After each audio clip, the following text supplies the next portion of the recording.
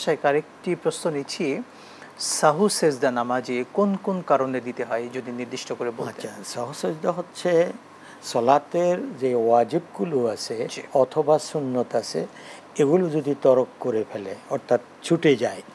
যেমন কোনো ব্যক্তি সূরাতুল ফাতিহা পড়েছে কিন্তু পরবর্তীতে দম্মে সূরাটা অন্য সূরা মিলানের কথা উনি খেয়াল করছে যে মনে আমার সালাত শেষ হয়ে গেছে বা কেরাত শেষ হয়ে গেছে, ফাতিহা পড়েই তিনি রুকুতে চলে গেলেন আরেকটা সূরা না পড়ে কিন্তু সূরা আরেকটা মেলানো এটা ওয়াজিব, যেটা কমপক্ষে বড় আয়াত একটা আয়াত অথবা ছোট তিনটি আয়াতের সমপরিমাণ পড়তে হয়, এটা ওয়াজিব। এটা ছুটে গেল তখন সে সাজদায়ে সাহু দিয়ে নেবে।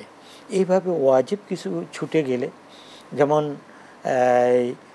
কিছু সুন্নাহ ছুটে গেল, রুকুতে গিয়ে তাসবিহ পড়লো না, মনে করছে তাসবিহ পড়ে নাই, পরে খেয়াল হলো যে আমি তাসবিহ পড়ে নাই, যদিও এটা সুন্নাহ, কিন্তু এটা যদি মনে করে যে আমি তো সুন্নাত তরক করেছি তাহলে সাজদায়ে সাহু দিলে চলবে, না দিলেও চলবে। সুন্নাটার মুকাফি বা পরিপূর্ণতা নয় সাজদা করা, কিন্তু ওয়াজিব তরক করলে আপনাকে সাজদা দিতেই হবে। জি, মোট কথা ওয়াজিবগুলো আমাদেরকে ভালো করে মেনটেন করে চলা লাগবে।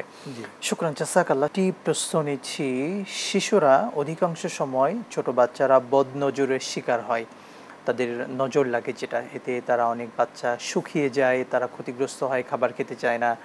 তো এই বদনজর থেকে বাচ্চাদেরকে হেফাজতের কোনো আমল আছে কিনা? ধন্যবাদ।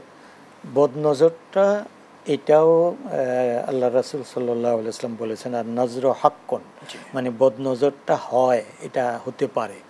এ কারণে সেখানে আমরা যদি দুই কুল, যেমন কুল আউযু বিরাব্বিল ফালাক এবং নাস, এই দুইটা পড়ে পানিতে ফু দিয়ে বাচ্চাটাকে খাওয়ায় দিলে অনেক সময় এটা দূরীভূত হয়ে যায়। এমনিভাবে অনেকে 4টা কুলের কথাও বলেছেন, মানে কুল আউযু বিরাব্বিল ফালাক, নাস, সূরাতুল ইখলাস এবং কাফিরুন, এবং আরেকটি তো উঈদুকুমা বিকালিমাতিল্লাহি তাম্মাতি মিন কুল্লি শাইতানি ওয়া হাম্মা ওয়া মিন কুল্লি আইনিল লাম্মা।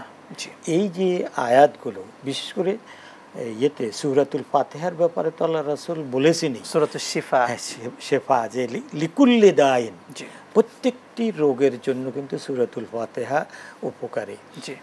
তারপরে যে কোনো রোগের জন্য যদি নিয়ত সহি করে, যদি খুলুসিয়তের সাথে যদি সূরাতুল ফাতিহা তেলাওয়াত করে ফু দেওয়া হয়, তাহলে এই ধরনের বদনজর থেকে আল্লাহ পাক হেফাজত করেন। শুকরান, জাযাকাল্লাহ। আপনাকে অসংখ্য ধন্যবাদ শেখ, বারাকাল্লাহু ফি হায়াতিক। আমিন।